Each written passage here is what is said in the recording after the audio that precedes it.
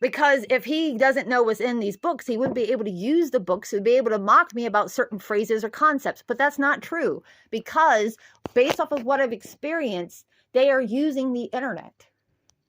They're using the internet in some kind of way to search for phrases or chapters in order to relay a message, to say, yes, we're able to get together and team up together in a unique way, like team up with the library and say, all these books are being hand selected by the librarians, if I was able to prove that they're actually participating, in order to say, we get this person and what she's doing, and she is supposedly going to look crazy. We know how it works. We're teaming up, but we all can't be narcissists. So they can order books. And so if Holly supposedly makes the mistake of going for free things at the library, thinking that she's doing the right thing by going to the library to save money or to do what she wants, there will be something that she is being gaslighted and abused and conditioned to look for and fear. And they're going to say, well, it can't be us. And I feel like saying, there is no such thing as a person who's having some kind of psychotic break and mental breakdown in which the world suddenly mirrors themselves and all their bad deeds, including things that they don't remember whatsoever, but is coming out of the blue. And yet it's not these people. So they're not contacting Joe or Sally and say, you hurt that person and you wronged them. And this person surprises me, contacts me, or finds me on the street. No, it's people I never met before in my life. Never met before in my entire life. And they come out of the blue and they'll gaslight me about something they shouldn't be able to see or hear at all.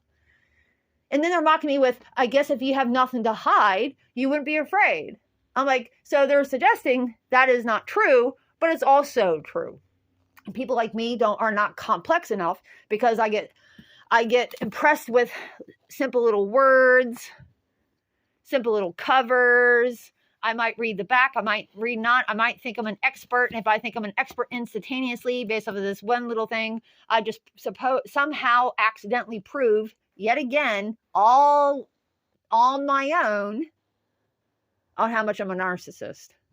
Because he had to remember what's in these books. No, what he's saying is, I remember this and this and this, but I want to recall this. So he goes up here. He literally starts moving things around and rearranging books in a room about things I actually talked about when he wasn't here. But my first instinct is to come in here to see if he took something of mine, which is right here, and moved them in here. And you say, he won't do that. He's never done that. False. He already did that. I actually found some of my books down here. And before that, he lied and said, no, none of my books are in there. None of my books are in there. And he was trying to employ force. He was trying to act like an authority. He was acting like his emphasis was enough power and authority to make a decision for me. And yet here he is being the victim that he is by recording me in my so-called bad behavior. To suggest, at what point in the conversation is Holly is true? Because I walked into this room and I didn't know he's recording or not. And I came in here and I was like, are you recording it according to words?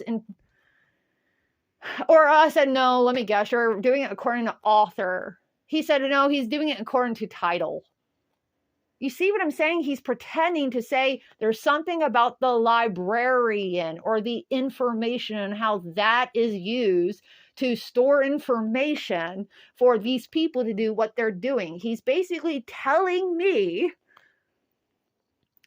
bits and pieces of information that was already being done before, but he's revealing it in a different way, a more surfaced way, that let me know that he's pretending to give me everything that I need to know in order to figure out what he's doing to me.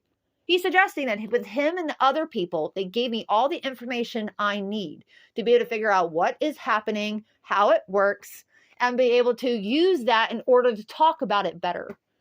And the question is, if people are joining in, here's the problem.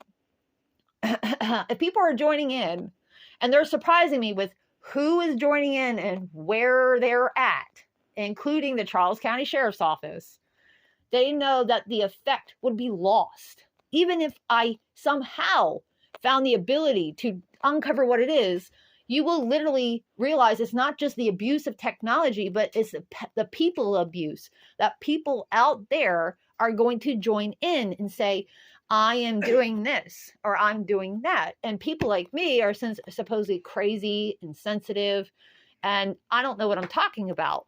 But even if I had figured it out and I can articulate it well and thoroughly to say, look, I not only can I show it to you, might demonstrate for you, this is happening to me. But I did not figure this out and done it to myself. I'm just being told a different way to describe what is happening, and I'm accusing someone of it, which is not surprising a person with recording them like he just did. And I don't know if he was recording me or not this time, you see? So he's basically acting like everyone knows, everyone's figured out, and everyone knows about you and your dirty secrets and all your bad behavior. And here's the thing. I have the right to my privacy.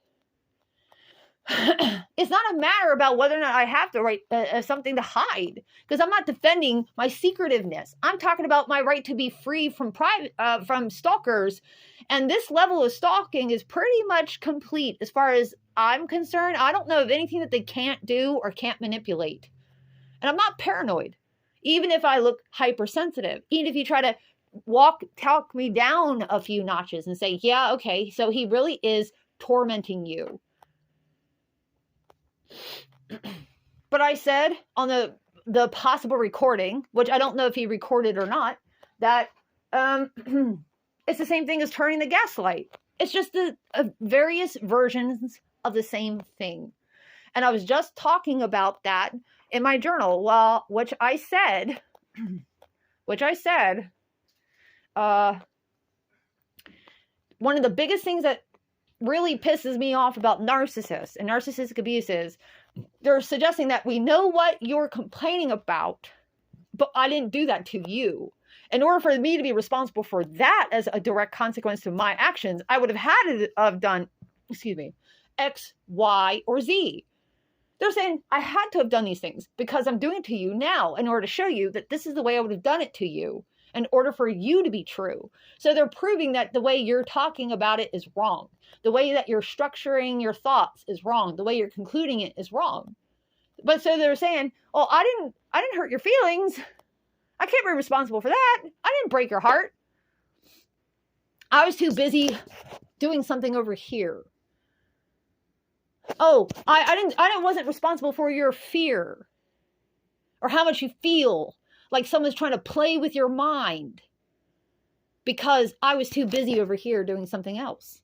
That may have been true, in which they were doing something somewhere else, because these people multitask, because they're obsessed with maintaining high levels of stimulation and activity.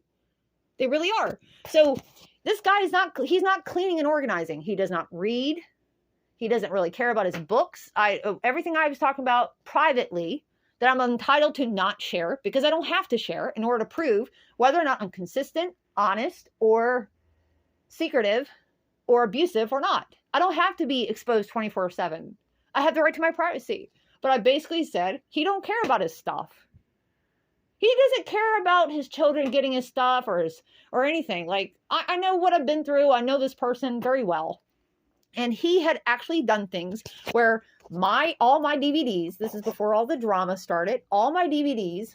So should I be able to judge him on the way he looks so, messy or untidy or whatever? Or is it that I don't give a damn?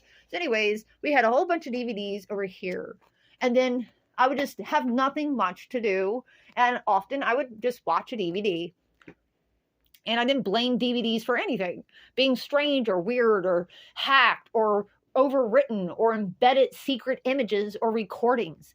I didn't do any of that stuff. I just watched it. And one day, all he did, as far as I was concerned, I didn't notice anything else.